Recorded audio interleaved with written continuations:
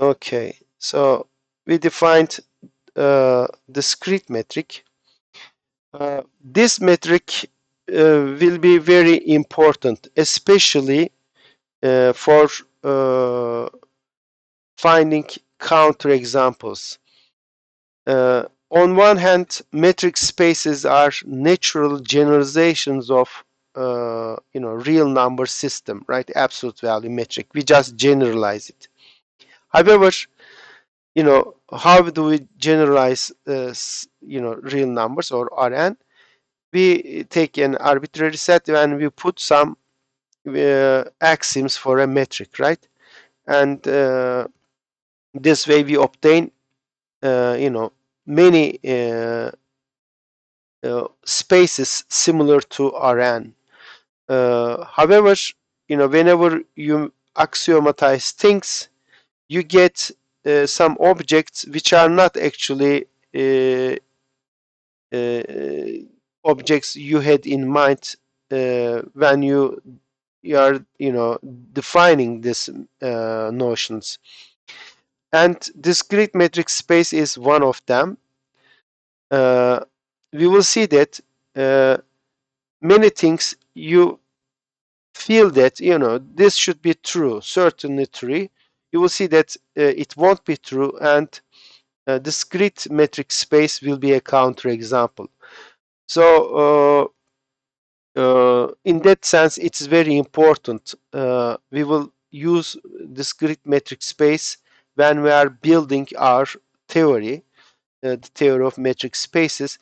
It will be a good, indicator whether we are doing something wrong or right. Okay, that's why it's a very important example of a metric space.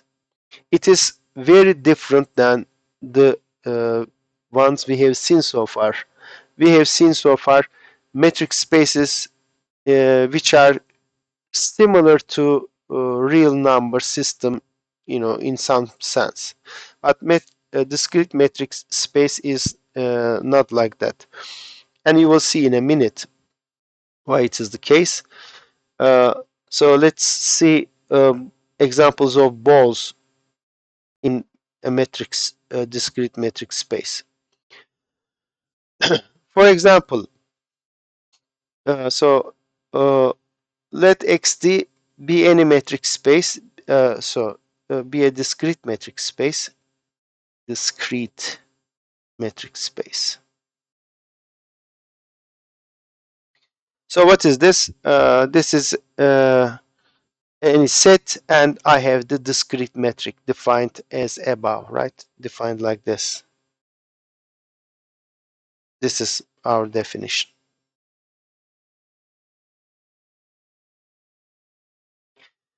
Okay, take any point, any x in x, and a positive real number. Now, if oops, if r is less than 1, then what is this? The open ball with center x and radius 1. So radius r. Well, you see here, by definition, this is just dxy less than 1. But we know that this function takes only two values, 0 and 1. And it is 0 if y is equal to x, and it is 1 if they are not equal. And in this case, right, since this number should be less than 1, it must be 0 because that's the only other value d takes, right, other than 1. So this is just the set dxy is equal to 0, right, because it takes two values, 1 or 0. It must be less than 1, so it must be 0. But in this case, what is this set? The set of all y's in x such that the distance is 0 units. So this is just the point x, right? X is the only point with distance 0 to itself, to x, sorry, not itself, to x. So any ball with radius less than 1, open ball, consists of one point. So we have something like this. This is x, and if you draw the ball with radius 1, there is nothing in this ball except x itself. Okay. Uh, of course, actually, I should say this is, even if this is, sorry, I should have one here and one r here by definition, and this is less than 1. Okay. When r equals 1, the same holds, right? And if r is larger than 1, then what happens?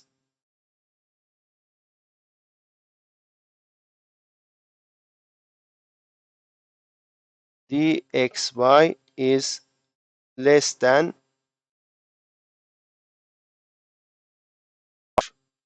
but r is larger than 1.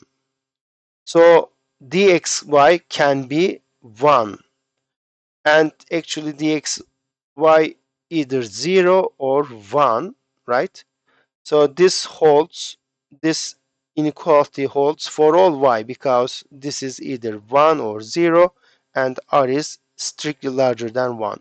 Therefore, this set is just the whole metric space. Okay? So in this case,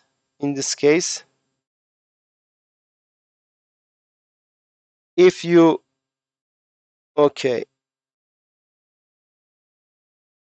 consider a ball of radius r, and if r is larger than 1, then your all metric space is in this ball. Okay, so the whole x is in this ball, right? bxr is equal to x.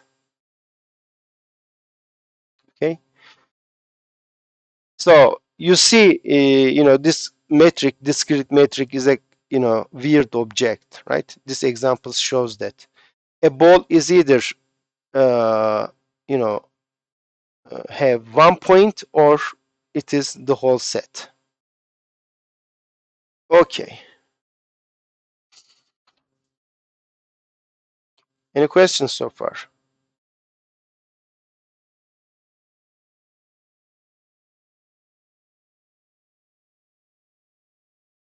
Now we will define open and closed sets. Let xt be any metric space, be any metric space. A subset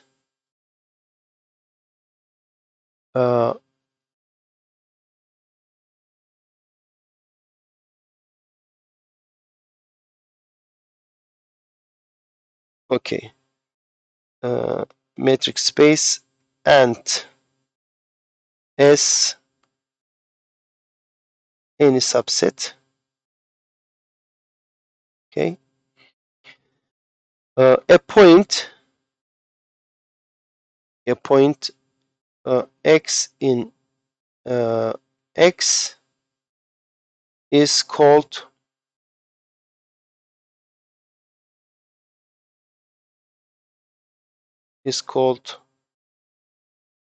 an interior point of S if there is some positive real number, so that bxr lies inside S. Okay. In this case, we write we write x is in interior of S. So what's an interior point? It's something like this. So say this is x, okay. An interior point is this. It's a point so that you can find a ball. You can find a ball around x of some positive radius so that this ball bxr lies completely inside S. Okay. If you can do this, then X is an interior point, and we write X belongs interior of S. Okay. Clearly, any interior point, right? Uh, Clearly, X is here, is in the ball. Therefore, any interior point belongs to S. Clearly, uh, uh, interior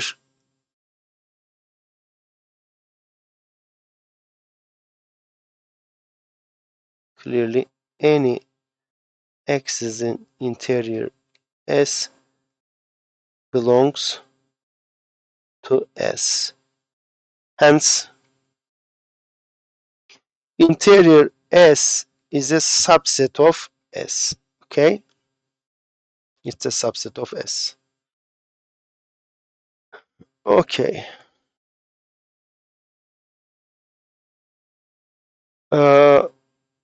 We will continue our definitions. A subset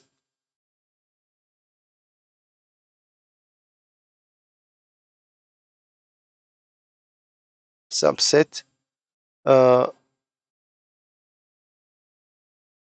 U of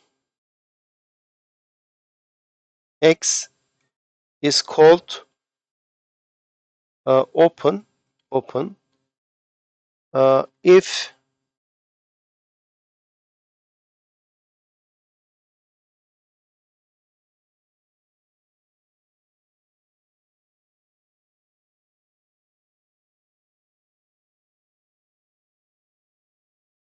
if U is equal to interior of U. So if a set is equal to its interior, then we call it an open set. Okay, we have already this uh, inclusion. Interior is always a subset of U, and if U is a subset of interior, in other words, if they are equal, then we call that set an open set. Okay, open subset.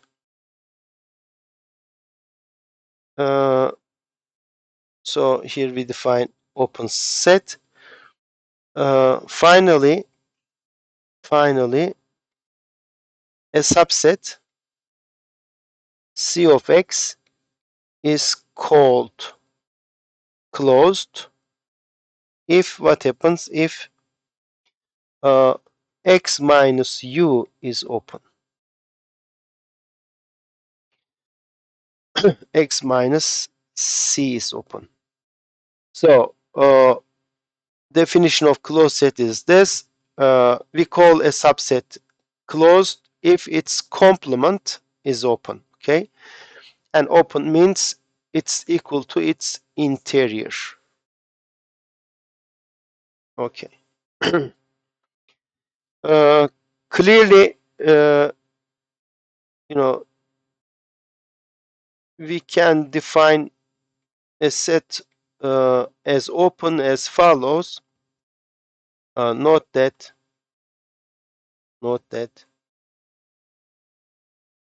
a subset U is of X is closed, sorry, open, if and only if every point of X is an interior point, right? If and only if every point of U is an interior point,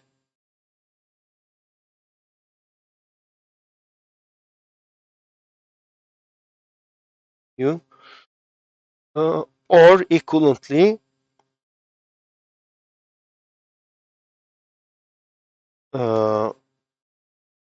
okay,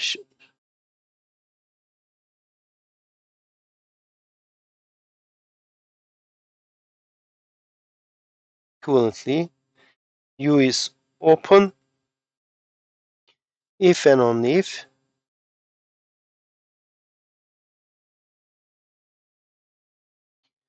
for any x in U there is some R positive, so that BXR lies inside U.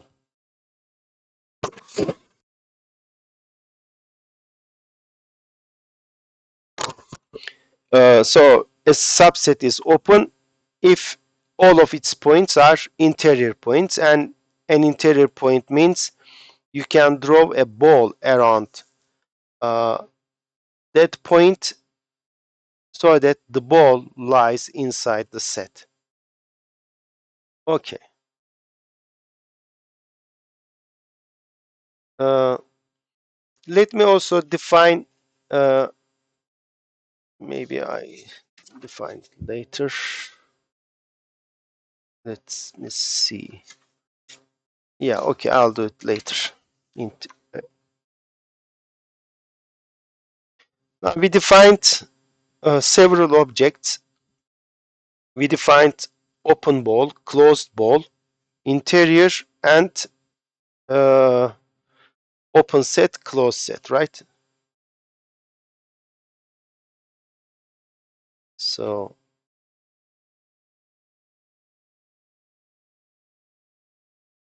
we defined here open ball, and then we defined closed ball. We defined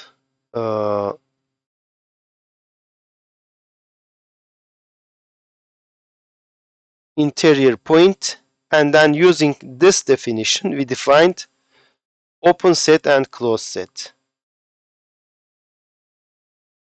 Now we have open ball, closed ball, we have open set, closed set. Of course, first thing we may ask whether an open ball is an open subset, right? And similarly, are closed balls closed, right?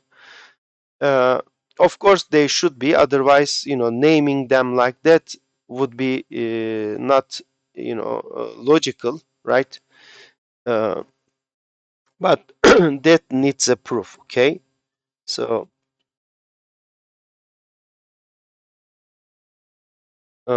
any open ball is open, and any closed ball is closed. Okay. As a subset, any open ball is an open subset, any closed ball is a closed subset. Okay? This needs a proof. Sorusu olan var mı? Any questions so far?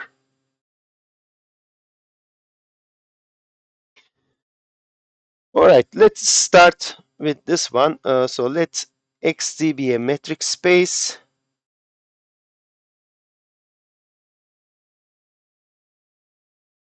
And let U be XR be any open ball. This means X is any point and R is a positive real number. Okay? When I say open ball,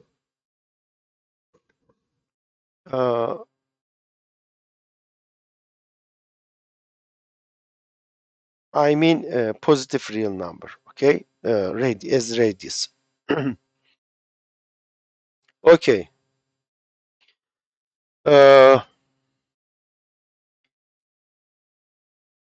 All right. So we have to show that. So must show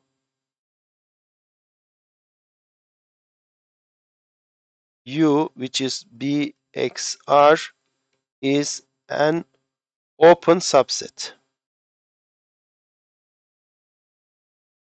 What does this mean? This means any point in U is an interior point. So for any point, uh,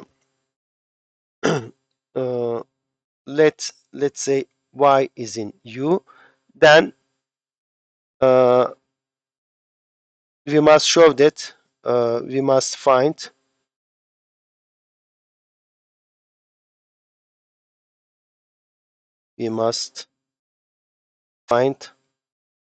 some R positive so that BYR lies inside U. Okay. So here is the picture, what's going on. Okay, this is not a nice ball.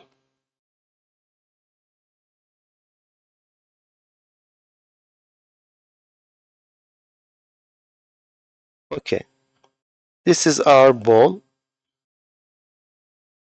BXR. I am given any point Y here. Again, this is not a real picture. This is just a,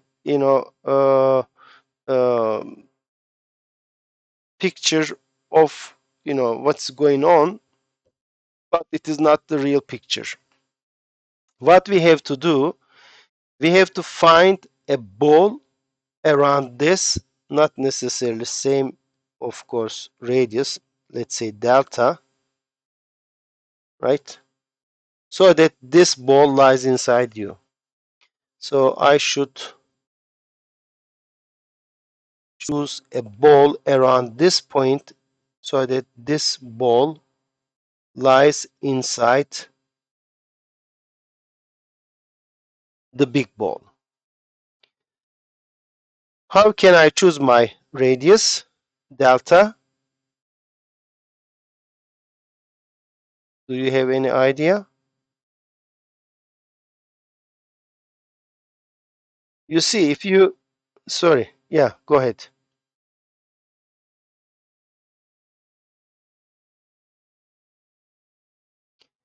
Well, it may not work. Why, why is why is that? Because you don't know how close this point to the x, right? Maybe it is very close, and this distance is less than, maybe is greater than our r over 100. But just remember your geometry class.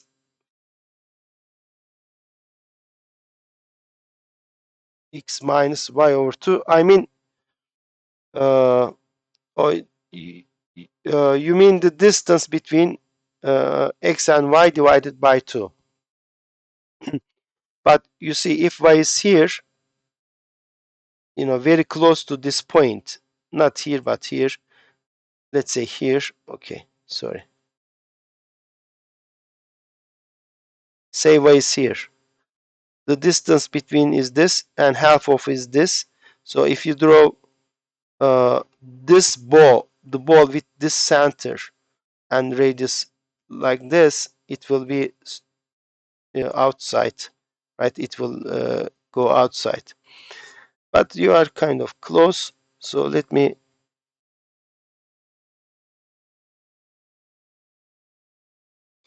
you can do the following.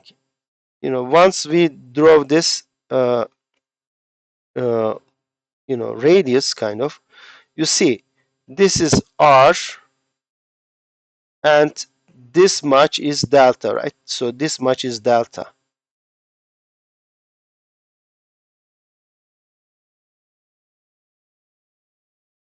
This much is delta, and this much is the distance between x and y. So from this we see that the distance from x to y plus delta should be less than r. Okay, so I have to choose my delta so that delta plus the distance between x and y is less than r. Okay, so if I choose it that way, it should work. All right, so let delta to be, actually even this will work, r minus the distance between x and y. Even this will work because we are considering open balls. If you choose delta this much, okay, then I claim that the ball with center y and radius delta lies completely inside the ball with center x and radius r. So I claim that what I draw is actually not a uh, wrong picture. It's a correct picture. It is not the picture of the actual metric space because we don't know what is x and what are the elements of x and so on. But this is a correct picture. Okay. So I will be done if I prove this, right? And how can we prove this? Well, you see, how can you show that a set is a subset of another set? You have to just take a point, let's say z here, and show that this distance from x to z is less than r. So let's do that. Proof. So I'll take an element here. Let z is an element in this ball. Okay. Then, of course, distance from y to z is less than delta by the definition of open ball, right? This is an element of this ball, means exactly this. Now, I want to show that z is here, right? Z is here. How can I do this? I have to check the distance between x to z. But this is just the setup for the triangle inequality. Distance from x to z is just the distance from x to y plus the distance from y to z. Okay.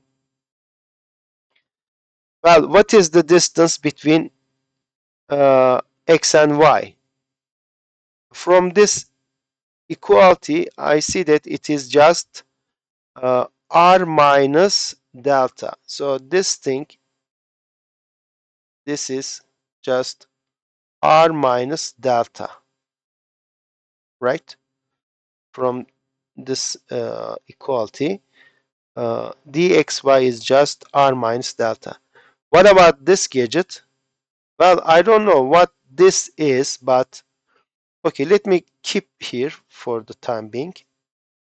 Now here, actually here I have equality, right? This is equal to this one and this is equal to this one.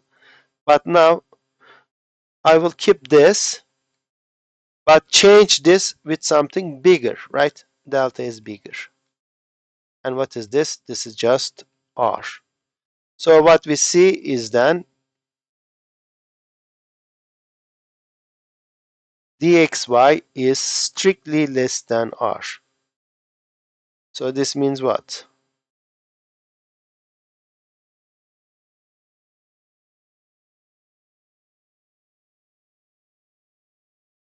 Hence,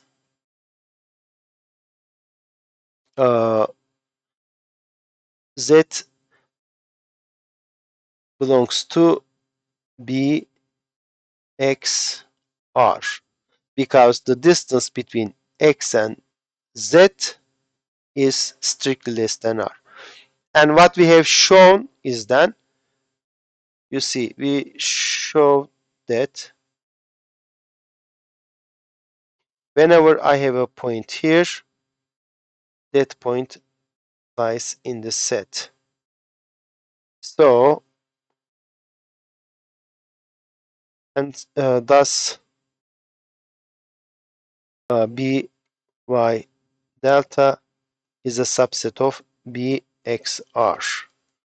And this is actually what we needed to show, right? I could find a ball in this big ball that lies inside, right?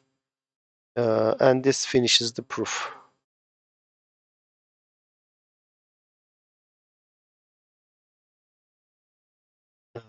This,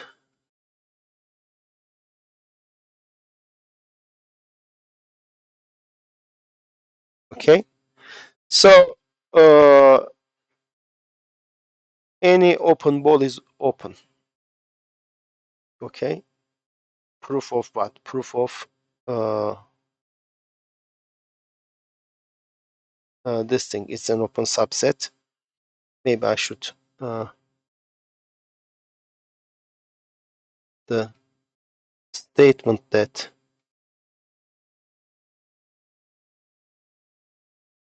any open ball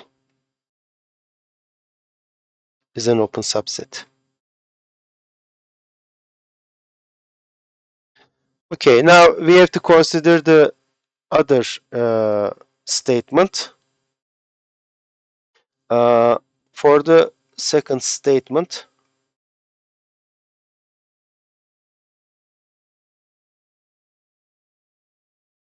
consider any closed ball, say B X R. Okay. We must show what? We must show that this is a closed subset. To show that BXR is a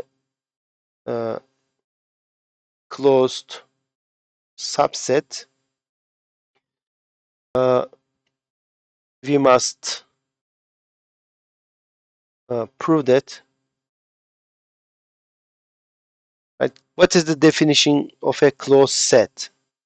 A set is closed if its complement is open. So we must prove that x minus b, let's say u, which is x minus b x r, sorry, closed set, is an open subset.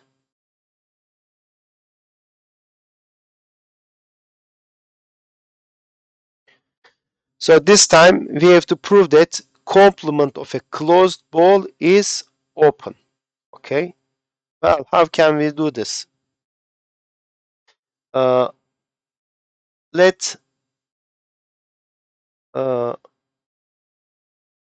y in u. Then we have to do what? We have to find a ball around y that should lie inside u. So we must find, right, a radius so that b, the open ball with center y, and that radius lies inside you. But you see what we have. Let me draw you a picture. This is a closed ball. Yes. With center R. And I have a point Y, which is outside this closed ball. And I have to find the ball. I have to find the ball around Y that lies outside this ball. In other words, that lies inside U. So U is outside this ball, and I need to find a ball around this point so that it lies still outside the closed ball. Let's say radius delta. Do you have any guess how can we choose this delta?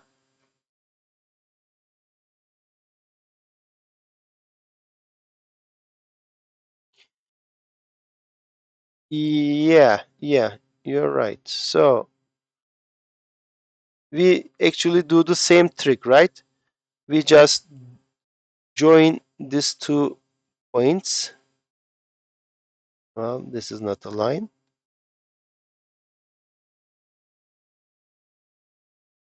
This distance, whatever that is, uh, it has r part and this part. So my radius delta should be so that uh, delta plus r should be less than the whole distance, which is the distance from x to y.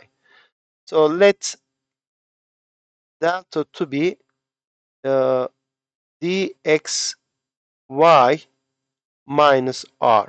Okay, I claim that if I choose this way, the ball with center y and radius delta lies inside uh, u, right?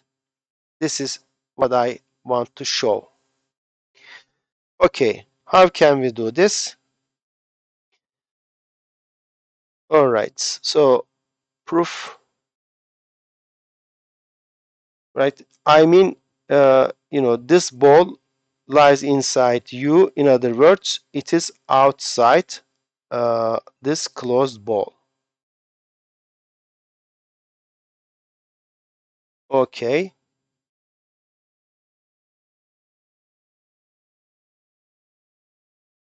right.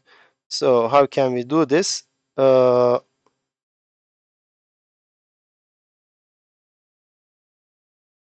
if it is not like this, I mean, if this ball wouldn't lie here, then it would have a point from u, right? I mean, outside u. So uh, assume on the contrary that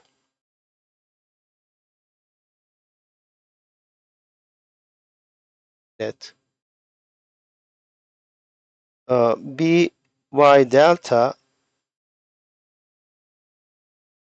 is not contained in u. Okay, this means what? Hence, there is some z in by delta with z is not in u. Z is not in u. But what is u? U is x minus the closed ball. Hence, z must be in the closed ball. Right? Z is not in u means z is in this ball. So whatever that point is, it lies inside both this ball and both this ball. From the picture, of course, it seems, a contradiction, right? Because in our picture, these two balls are disjoint, so a point cannot belong to both of them. But we have to prove this, using our assumptions and so on, because we know that this picture is not real, right? This is just a picture of, a picture we draw to get some idea, but it's not the real picture. How can we prove this? Well, we have, you see, two facts in this case. Z belongs to this ball and Z belongs to this ball. This means what? So the distance between Z and Y is less than delta, and the distance between X and Z is less than or equal to R. Well, whenever I have this, I just write down the triangle inequality. Thus, by the triangle inequality,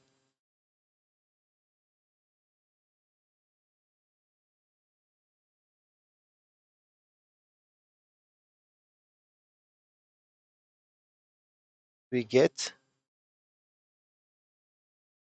what? Distance between x to y. Well, we know that this is less than the distance from x to z plus the distance from z to y. And this distance is less than r, and this is less than, strictly less than delta.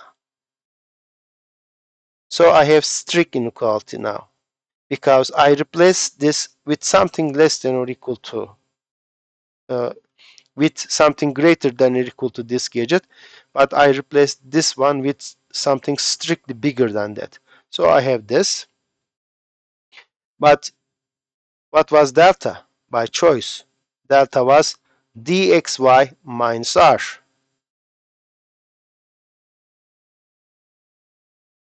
So that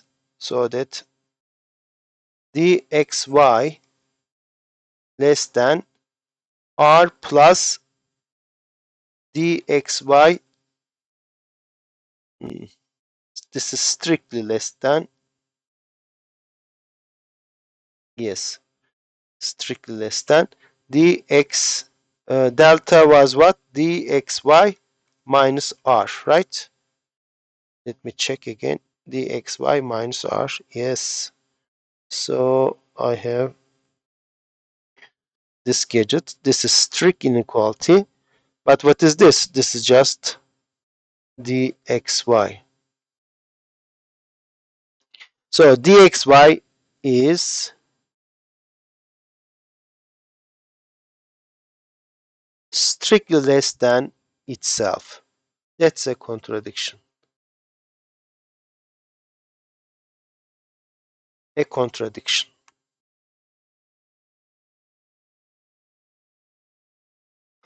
How did we arrive at this contradiction? We arrived at this contradiction by assuming that this statement is not correct, right? Uh, Therefore, this statement must be true. Hence, B neydi? Y delta must lie inside U.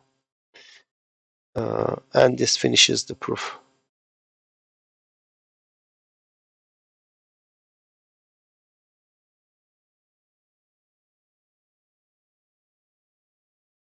Well, since this is not a big screen, it is kind of difficult to keep in mind everything because you don't see it. If we were doing this class in our auditorium, then we had 6 blackboards and everything would be there. We would see every step at the same time, but here we have to go back and forward, up and down, and it makes things a little bit more complicated. Do you have any question? So we have proved that open balls are open and closed balls are closed. So there is no harm, calling such an open ball uh, and a closed ball as they are defined, right? Otherwise, it would be a big problem. Do you have any questions?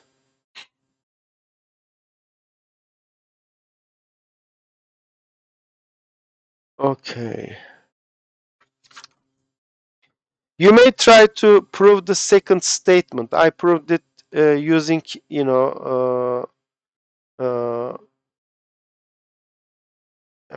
contradiction method. I assume that the conclusion is not correct, and then we arrived at a contradiction. You may just prove this using directly without, giving a indirect proof. Okay.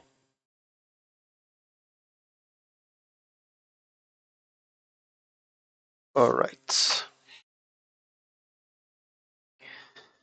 Now here is a proposition which tells us about basic properties of open and closed sets. Let me state it here. Proposition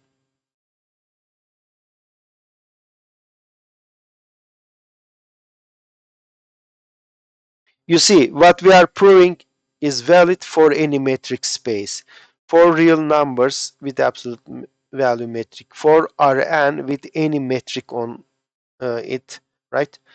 For the discrete metric, for the supremum metric, and so on, right? It works for all of them.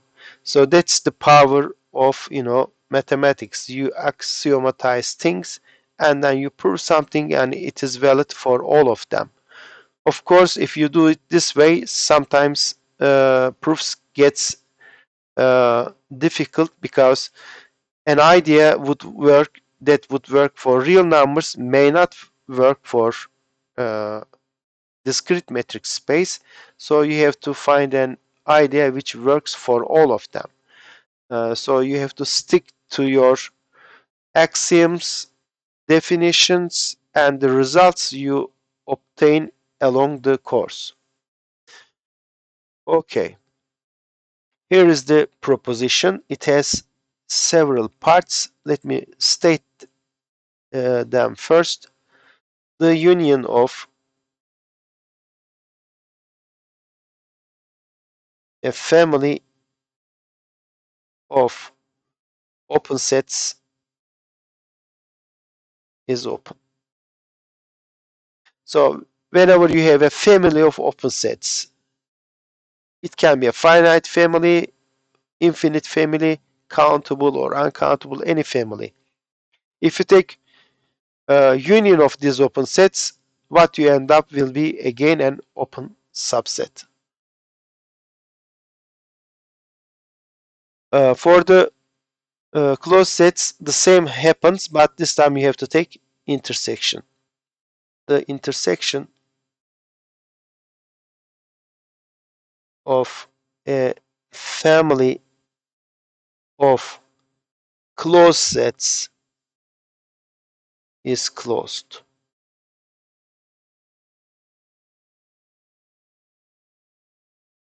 Uh, for the remaining two statements, we will see that it is not immediate that they will be open or closed. You have to take finite unions and finite intersections, namely any finite intersection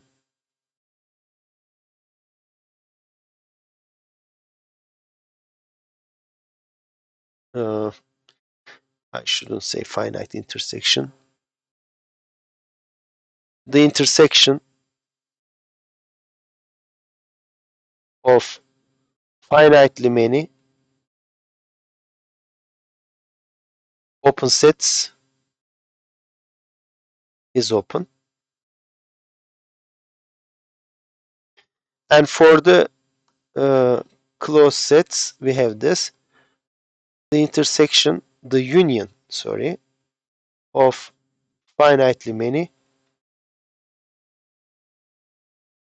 closed sets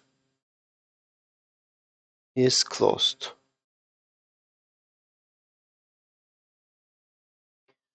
Sorry.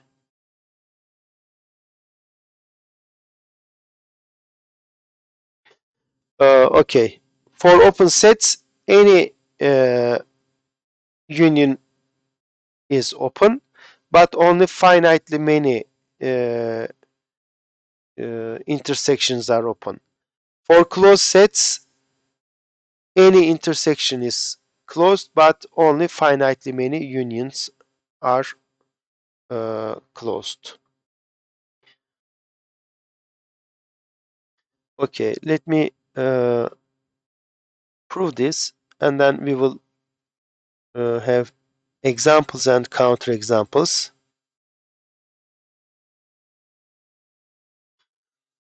Let's start from the first one.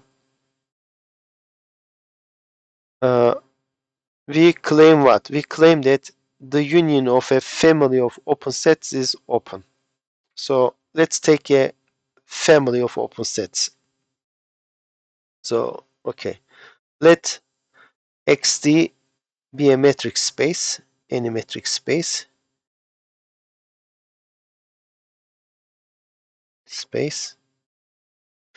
for part A. Let U alpha in some index set be any family of open subsets of X. So each U alpha is an open subset of X. Our claim is that the union is an open subset. So we must show this, must prove the union U, which is the union of U alphas, right, is an open subset.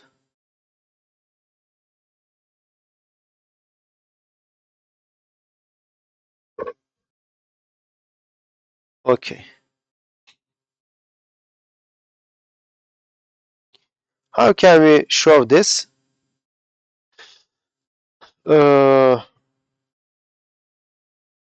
This is, sorry. Yeah, go ahead.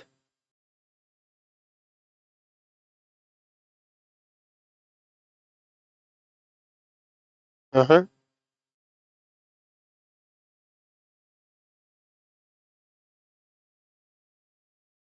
Okay.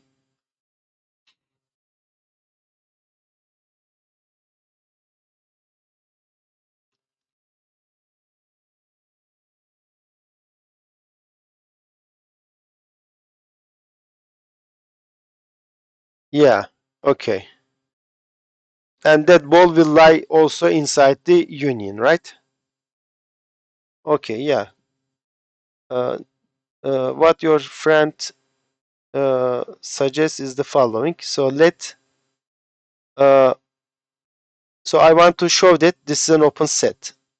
So let's take a point X in the union. Then, since it is in the union, it must lie in one of them. Then X is in one of them. Let's say U alpha 0 for some alpha 0. But this set is already open, right? So since U alpha 0 is open, there is some delta positive, some positive radius, so that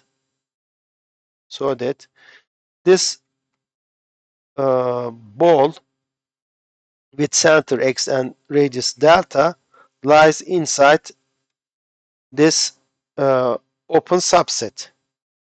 But this open subset is a subset of U. In particular,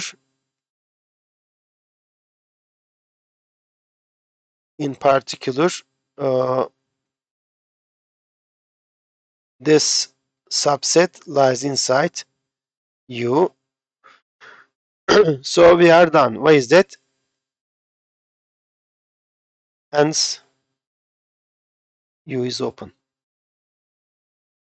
Why is that? Let's see.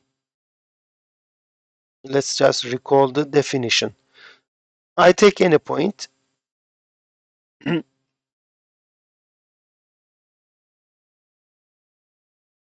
Bitti mi? Ha, bitti. Özür dilerim. Tamam, bitiriyorum. Tamam, işini bitireceğim. Okay, sorry. Tamam. Let me just uh, uh, say what I would say here, and then I'll stop.